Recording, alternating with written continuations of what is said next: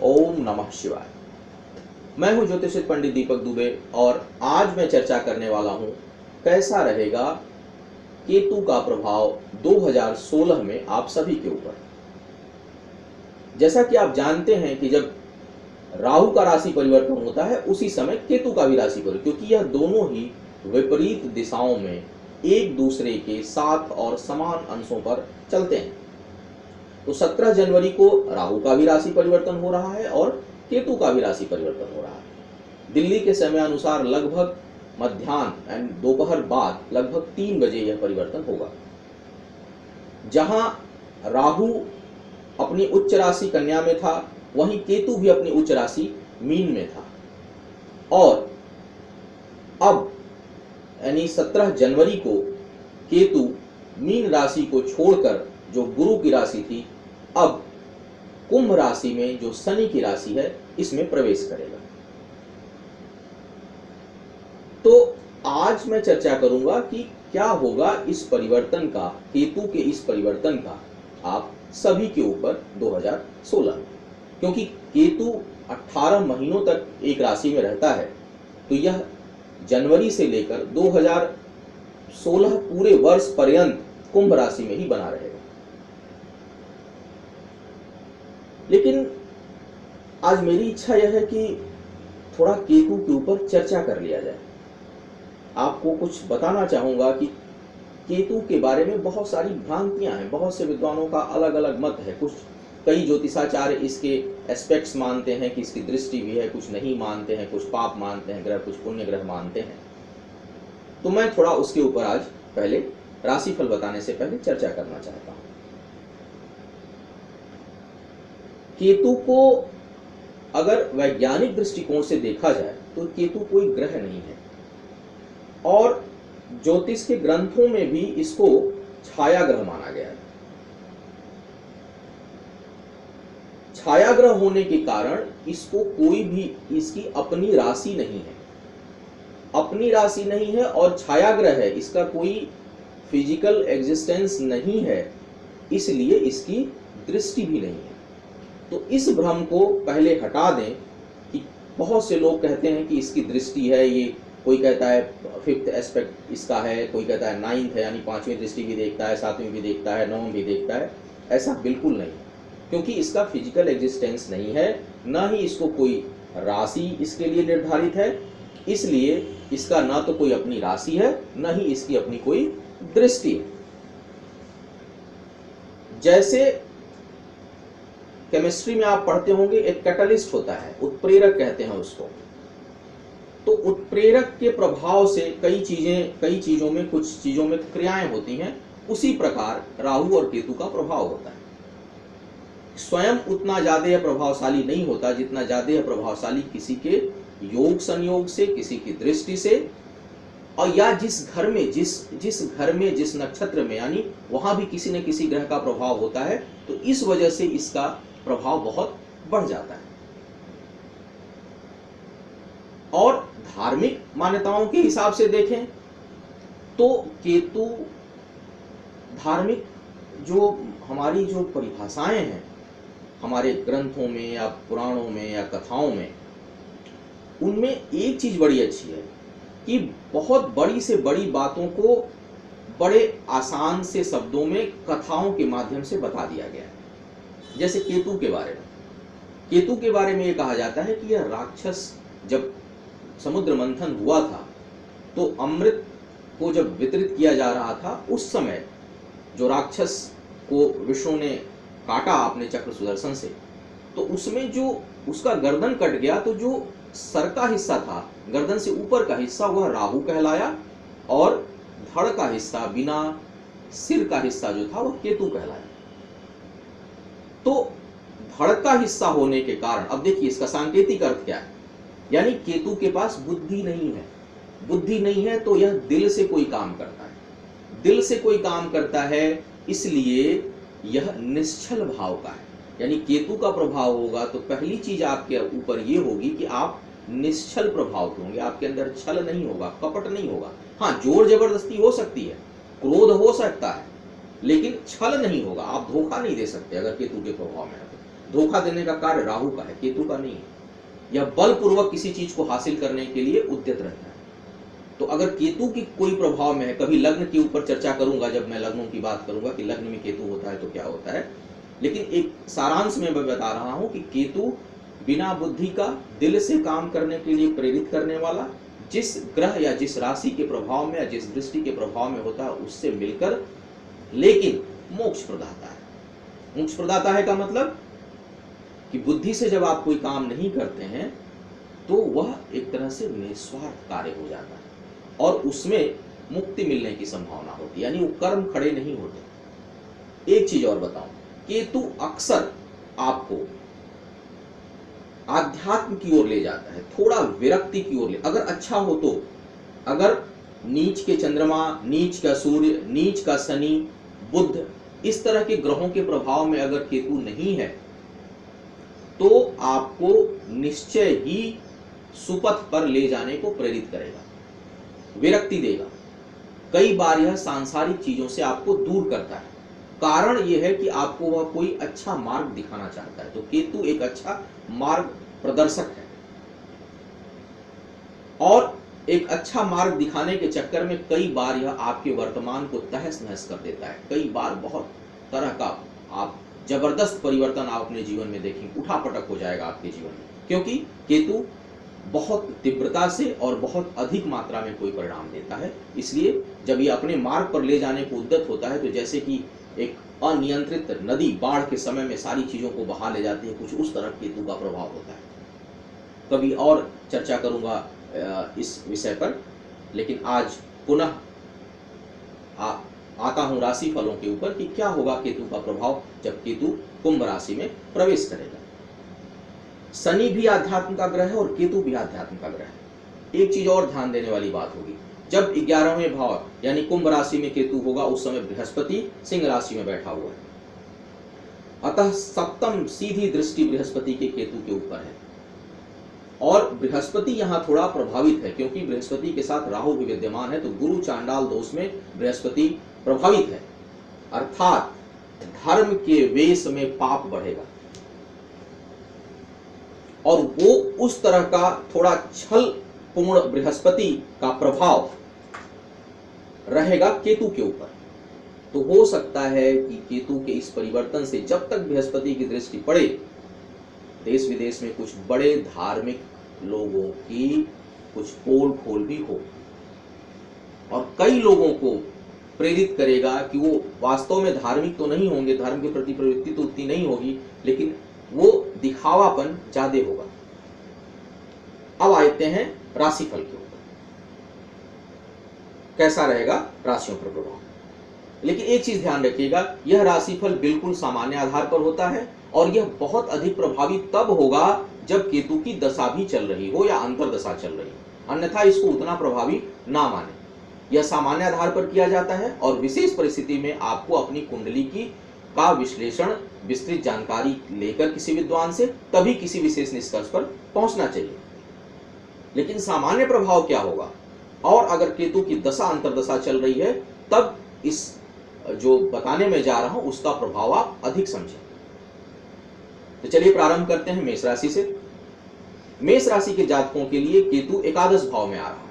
एकादश भाव में केतु एक तरह से राजयोग प्रदाता हो जाता है। धन कमाने की प्रवृत्ति खूब बढ़ेगी आपके अंदर और धन आएगा भी खूब प्रचुर मात्रा में। लेकिन ध्यान रखिएगा, यह स्थिति संतान के लिए अच्छी नहीं है, विद्या बुद्धि के लिए अच्छी नहीं है। कूटनीतिक रुझान बढ़ेगा, हो सकता है कि कुछ धन कमाने का जो तरीका हो वो सही ना हो, लेकिन अत्यधिक मात्रा में धन आने की संभावना यह केतु आपको देगा। तो धन के लिए कुल मिलाकर के मेष राशि के जातकों के लिए बहुत अच्छा है केतु का परिवर्तन।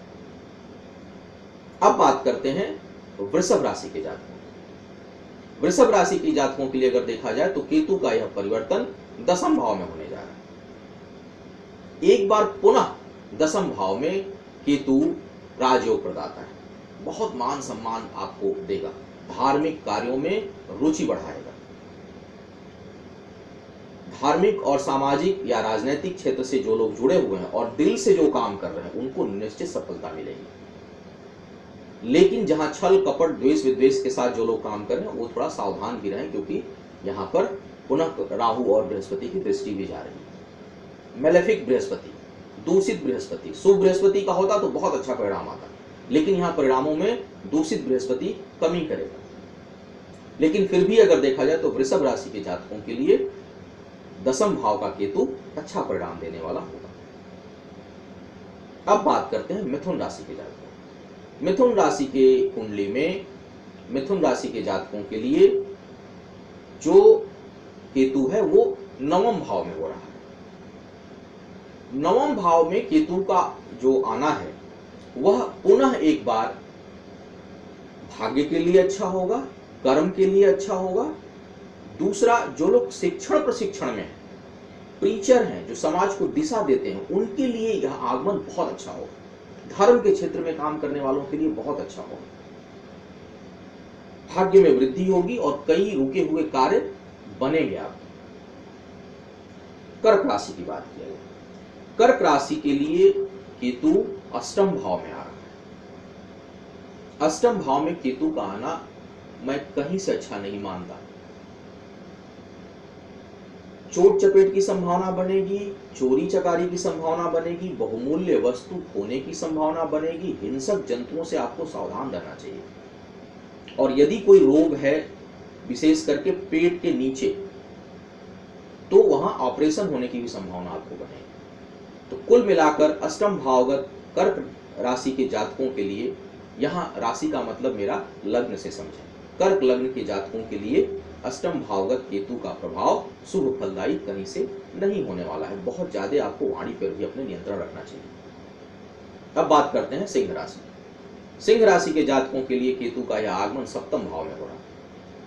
सप्तम भाव में केतु के होने के कारण और उधर राहु और बृहस्पति की दृष्टि होने के कारण पारिवारिक जीवन में बहुत उथल पुथल होगा।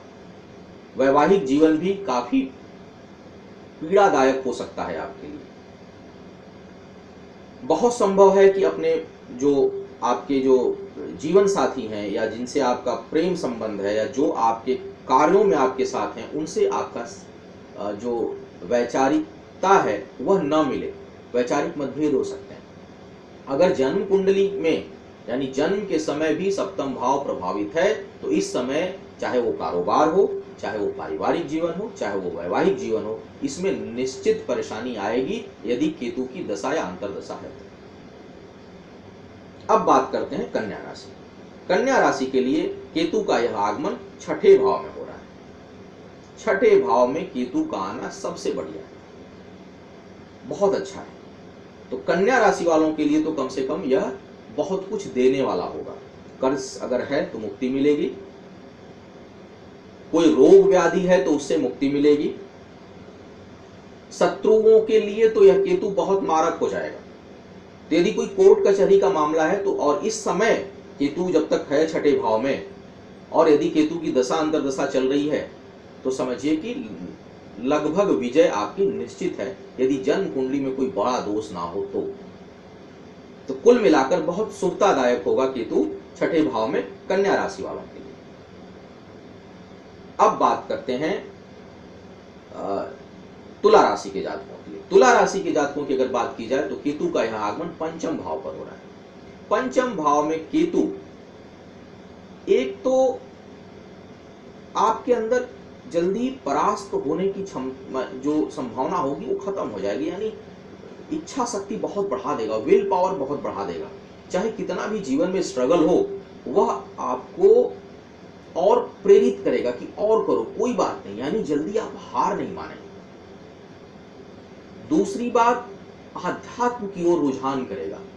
कहीं न कहीं धार्मिक गतिविधियों में आप जुड़ेंगे, या धर्म संबंधी कार्य होंगे, या धार्मिक शिक्षा के प्रति रुचि पड़ेगी। भले ही आप डॉक्टर हो, इंजीनियर हो, किसी भी विधा से हो, लेकिन पंचम भावगत केतु, यदि केतु की दशा अंतर्दशा भी है, तो इस समय चाहे आप जितने भी नास्तिक हों, केतु का प्रभाव आपके लिए कुछ आस्तिकता ला देगा। कुछ समाज के प्रति, दबे कुचलों के प्रति, परिवार में जो लोग कोई बीमार हैं उनके प्रति कुछ रुझान बढ़ा देगा। कुछ धार्मिक या प्राच्य विद्याओं के प्रति स्टडी की ओर आपको जागरूक करेगा, उधर आपका रुझान पैदा करेगा। लेकिन यहां केतु संतान के लिए बेहद खराब है। यहां पर केतु, मैं एक बहुत बड़ी बात आपको बताने जा रहा हूं जो सामान्यतः कहीं आपको सुनने को नहीं मिलेगा। पंचम भावगत केतु अपने गर्भ में बच्चे को नष्ट करने की प्रेरणा देता है। कई बार होता है कि ऐसे सर्कमस्टांसेस आते हैं या परिस्थितिवश आप एबॉर्शन कराते हैं, गर्भपात कराते हैं, और वह पंचम भाव का केतु लगभग 99% केसों में दे देता है।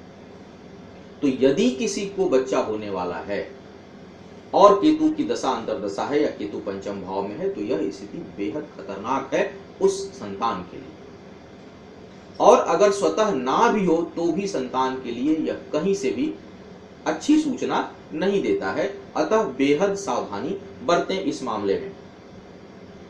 कभी इस तरह के केतु का क्या होता है प्रभाव और कैसे उससे बचें, इस पर कभी मैं चर्चा करूंगा जब मैं संतान संबंधी कभी विषय उठाऊंगा तो। लेकिन अभी इतना बताता हूं कि तुला राशि के जातकों के लिए पंचम भाव का केतु संतान के लिए अच्छा नहीं। अब बात करते हैं वृश्चिक राशि के जातकों के लिए। वृश्चिक राशि के जातकों के लिए केतु चतुर्थ भाव में आ रहा है और दशम भाव पर राहु और बृहस्पति बैठे हुए हैं। लग्न पर स्वयं शनि बैठा हुआ है। शनि की दृष्टि पराक्रम स्थान, सप्तम भाव, दशम भाव यानी राहु और बृहस्पति को देख रही है। मंगल का परम शत्रु है। केतु चतुर्थ भाव में है। कुल मिलाकर योग अच्छा नहीं है। कोर्ट कचहरी का मामला हो तो बेहद सावधान हो जाएं। पारिवारिक सुख में कमी, शारीरिक कष्ट, रोग व्याधि और माता पिता से संबंध या माता पिता के स्वास्थ्य, इसके लिए यह समय बेहद खराब होने की सूचना दे रहा है। तो कुल मिलाकर वृश्चिक राशि के जातकों के लिए केतु का यह परिवर्तन अच्छा नहीं है। अब बात करते हैं धनु राशि के जातकों के लिए। धनु राशि के जातकों के लिए केतु आ रहा है तृतीय भाव में। तृतीय भाव में केतु का आना पराक्रम को बहुत बढ़ाएगा, लेकिन अपने भाई बहनों से थोड़ा संबंध बिगाड़ सकता है।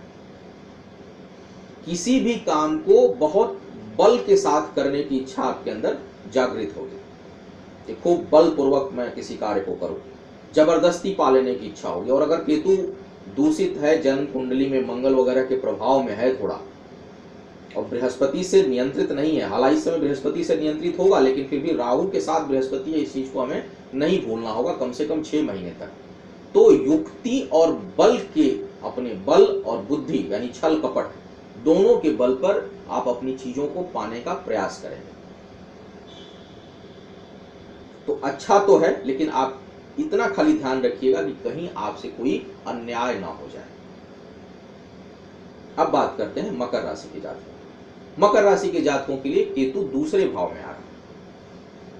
केतु को दूसरे भाव में अच्छा नहीं माना गया है। धन के लिए यह बिल्कुल अच्छा सूचक नहीं है। तो धन के मामलों में सावधानी बरतनी है। उतार चढ़ाव आ सकता है फाइनेंशियल मामलों में, नुकसान होने का योग बनेगा, वाद विवाद होने का योग बनेगा, कोर्ट कचहरी के मामलों का योग बनेगा, और वाणी पर आपको नियंत्रण रखने की सलाह मैं देना चाहूंगा। तो कुल मिलाकर मकर लग्न के जो लोग हैं वो थोड़ी सावधानी बरतें। अब बात करते हैं कुंभ लग्न की, जहां केतु आ रहा है। कुंभ लग्न के जातकों के लिए केतु लग्न में ही आ रहा है और सप्तम भाव में बृहस्पति और राहु विराजमान है। क्या होगा ऐसे में? केतु, जैसा मैंने कहा, लग्न पर बड़ा प्रभावशाली हो जाता है। यहां पर यह आपको बहुत अधिक आत्मबल देगा, आत्मबल में वृद्धि करेगा, हर चीज को पाने की इच्छा बहुत बढ़ जाएगी। लेकिन यह पुनः कुल मिलाकर अगर देखूं, चूंकि किसी एक ग्रह का केवल से परिणाम निकालना मुश्किल होता है, तो यह पुनः आपके वैवाहिक जीवन के लिए अच्छा नहीं है।